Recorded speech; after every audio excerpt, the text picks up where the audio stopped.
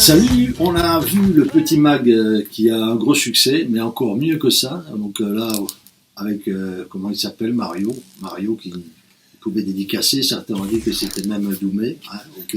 Donc il vous faisait une petite dédicace. Et puis surtout, il y a eu le super livret avec tous les accords d'entreprise. Il y en a qui sont un peu dépassés, comme celui sur l'intéressement qui était triennal, qui devait être renouvelé à partir de 2013, ce qui a été le cas. Avec, comme vous le savez, pour l'intéressement, une prime sur objectif qui reprenait notamment l'absentéisme collectif, ce qui est négatif pour l'UNSA. Donc surtout ça, le petit livret avec tous les accords d'entreprise, ceux qui l'avaient boycotté viennent maintenant nous le réclamer. Donc regardez bien, vous avez toutes les indications sur ce que vous avez droit, que ce soit les jours pour un mariage, que ce soit si vous êtes malade, et puis même en dernière page pour les vieux par exemple, on a même le calcul savant pour le départ à la retraite, la prime que vous avez. Ok ? Donc ne ratez pas ce petit livret, vous voyez n'importe qui de l'UNSA, vous lui demandez, on en a imprimé en suffisance, donc n'hésitez pas en ce qui concerne les accords d'entreprise.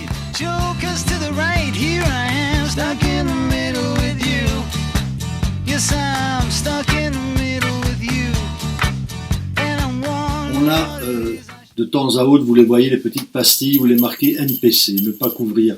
Donc il y a comme ça des services qui ne sont pas couverts parce que soit il n'y a pas de chauffeur, il n'y a pas de bus, etc. Bon. Aujourd'hui, je crois on est vendredi, donc il y a eu la 38, la 37 qui n'ont pas été couvertes non plus. Il y a eu beaucoup de préparatifs pour la soirée du maire, il paraît qu'il y a une soirée, et donc les bus ont été bichonnés un peu pour ce soir. On n'a pas vu trop la BMI ni la brigade sur le terrain, donc on les a vus arriver plutôt en fin de journée. C'est bien, donc il faut quand même que le travail se fasse aussi dans la journée, qu'on déshabille pas le service pour les balancer le soir pour transporter les gens gratuitement, et que la sécurité elle soit assurée toute la journée, le soir oui certes, mais la journée aussi parce que on travaille également. It's so hard to keep the smile from my face. Losing control, yeah, I'm all over the place. Clowns to the left of me. Augmentation. Vous avez vu dans le magazine en première page, il est question justement de l'augmentation. Vous le verrez, Tony va vous le mettre en gros sur l'écran. Vous avez une note officielle de la métropole avec un excédent de 2 200 000 alors qu'on nous avait balancé une fausse info comme quoi on était déficitaire. Voyez, donc on a laissé courir le bruit comme quoi on était déficitaire et entre-temps on avait du pognon. On a négocié les salaires à vraiment rikiki, à ras le plancher, à 1,2 soi-disant à partir d'octobre, ce qui nous donne 0,46 sur l'année en déplié, en déroulé. Donc cette année, c'est la plus mauvaise année au niveau de l'augmentation. Et c'est pas les camarades qui viennent nous faire des grands sourires et des mamours qui se sont mis d'ailleurs, je sais plus si c'est 16 ou 18 en délégation lors de la dernière paye pour venir nous faire croire que c'est eux qui nous payent alors que c'est exactement l'inverse, c'est vous, avec les cotisations qui les payez. Okay ? Donc on a eu une année catastrophique au niveau de l'augmentation de salaire. Et ce n'est que la deuxième année que nous sommes en régie. Donc pensons-y, les jeunes me disent « Oh, on s'en fout ». Non, on s'en fout pas. Moi, je peux dire « Je m'en fous, je suis près de la sortie ». Mais pour les copains beaucoup plus jeunes, les mecs aux 40 et 30 ans, je m'en fous pas. Moi, je fais du syndicalisme, comme je le dis toujours. Donc, je suis droit et il faut que on revienne à quelque chose d'un peu plus costaud. C'est pas normal qu'on ait de l'excédent, qu'on balance 600 000, qu'on les donne à la métropole et qu'on réinjecte 1,5 million dans l'exercice 2015. Tout ça, c'était de l'argent. On devait en avoir une partie, on ne l'a pas eu. Et je vais ouvrir une parenthèse sur le CE. Le CE, qui a une masse considérable, dans les 2 400 000, on est quand même 1000. Donc on peut dire à la louche qu'il devrait revenir à chaque salarié dans l'année 2 000 euros. Qu'est-ce qui nous retombe exactement de ces 2 000 euros ? Si tu achètes quelques tickets de cinéma, tu as 3 mômes qui vont en colonie, basta così. Donc honnêtement, là, il va falloir qu'on secoue le cocotier, ce n'est pas normal, alors que chez RCA, ils cotisent pas pour le CE, ils ont les cadeaux comme nos enfants, ils viennent au spectacle comme nous, et en même temps, ils ont en fin d'année un petit cadeau de 180 € pour aller faire des courses. Alors excusez-moi les copains, moi je trouve que sur 2 000 euros, il devrait au moins vous revenir 10%, ok ? Mettons 200 €, quelque chose comme ça, et à la fin de l'année que vous ayez un cadeau, un réel plus, un retour sur investissement, parce que finalement c'est votre pognon, c'est notre pognon. Moi, je précise que je cotise au CE par solidarité pour les enfants des Traminots, parce que ça c'est sacré.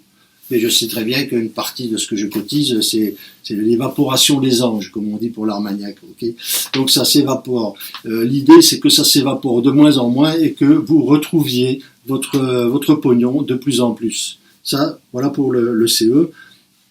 Et l'augmentation, je vous le rappelle, 0,46 sur l'année en déroulé.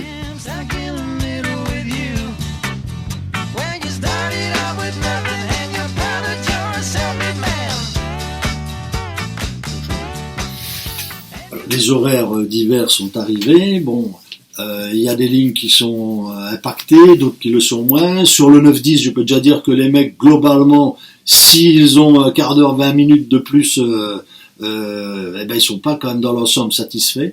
Je trouve qu'on a massacré les horaires. Et donc là, on aura des retombées terrain qui vont arriver, qui seront beaucoup plus affinées.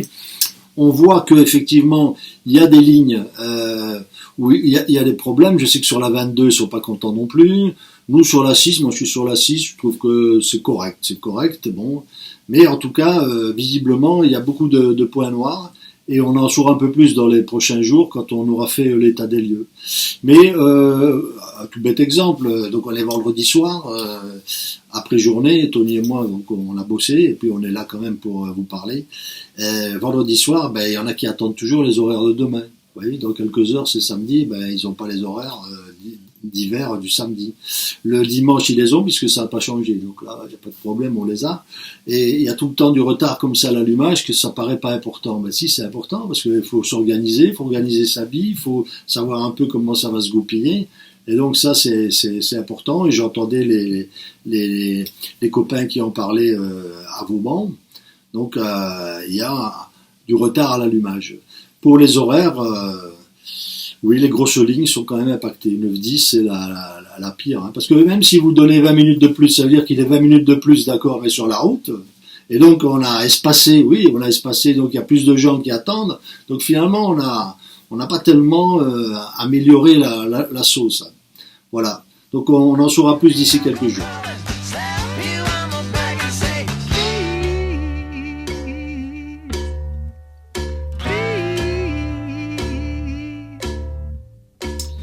À propos des hauts-le-pied, je me rappelle, moi maintenant ça fait 5 ans que je suis à l'UNSA, donc vous connaissez, et il y avait déjà des problèmes avec les hauts-le-pied. Si vous voulez, en gros, tout d'un coup, le PC vous disait « Ouais, on te met en haut-le-pied », alors qu'on avait du monde à bord, donc on s'arrêtait pour descendre les gens, les autres ils voulaient monter, enfin ils montaient par la porte de derrière, c'était un souple, pas possible.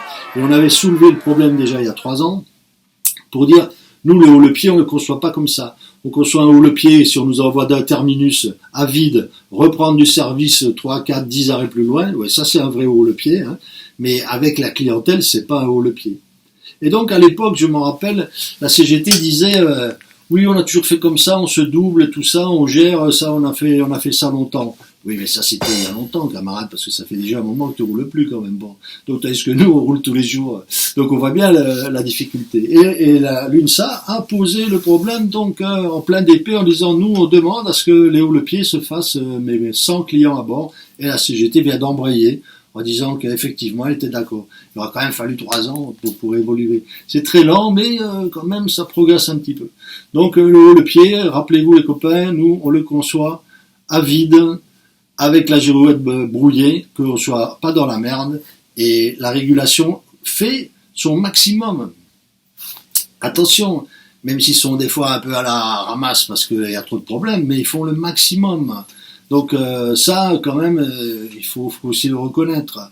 Il y en a qui sont plus sympathiques que d'autres, hein, on les entend à leur façon de parler, mais globalement, ils font le job. Donc si on est régulé, et si ils sont tout le temps en train de nous réguler, c'est peut-être qu'il y a un problème quand même. Hein. C'est peut-être qu'on n'est pas dans le tempo qu'il faudrait. Donc là aussi, il y aura matière à réflexion.